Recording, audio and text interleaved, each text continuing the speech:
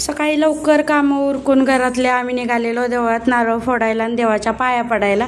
तेवढ्यात लाडूची आत्तू पण आली. खडूसनं सांगितलेलं होतं की गजरावाला आला नाही, त्यामुळे येताना गजरा आणा म्हणून त्यांनी इथं मला लाडूला आणि त्यांना गजरा आणलेला. पहिला लाडूला गजरा घातला, त्यानंतर मी सुद्धा घातला छान छान असा गजरा.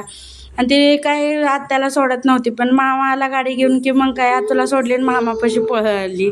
मामाची लाडकी आहे, कारण की आमच्या घरात ती पहिलीच मुलगी आहे आणि मम्मीकडं तर पहिलीच नातीन आहे, त्यामुळे तर मम्मीची जास्तच लाडकी आहे.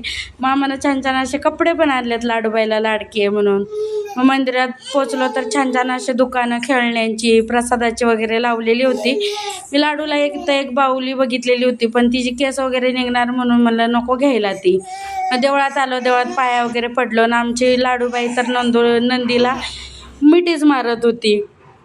त्यानंतर हा गोंडा बांधायचा असतो सगळ्यांनी प्रत्येक देवासाठी. मग आम्ही काळूबाईला बांधला. शियाला सुद्धा देवीच्या समोर डोकं टेकवून आम्ही पाया पडवून घेतलं. त्यानंतर मग खडूस इकडं म्हसोबाच्या मंदिरात गेलेले होते, तिकडं सियाला न्यायचं नव्हतं म्हणून मग मी ती इकडं फिरत होते, दुकानं वगैरे बघत होते. त्यानंतर लाडूला या गाडीत बसवलं व्हिडिओ करीन, पण ती लागली रडायला, ती काय बसली नाही. त्यानंतर मी इथं तिच्यासाठी पर्स बघितली छान अशी एक, त्यातनं पर्स घेतली. इथं मामानं तिच्यासाठी छान छान बाहुली घेतली. कपडे तर आणलेलेच होते, तरी पण त्यानं बाहुली घेतली. मला विचारत होता कुठली घेऊ, मला तुला आवडेल ते घे. त्यानंतर मग त्यानं ही घेतली. आणि इकडं तोपर्यंत बाबानं लाडूसाठी बेल्ट, ब्रेसलेट, चाप वगैरे घेतलेले. सगळे शॉपिंग करून आम्ही घरी आलो. मग आजचा होता आमचा दिवस जत्रेचा. चलो बाय, भेटू नेक्स्ट व्हिडिओ.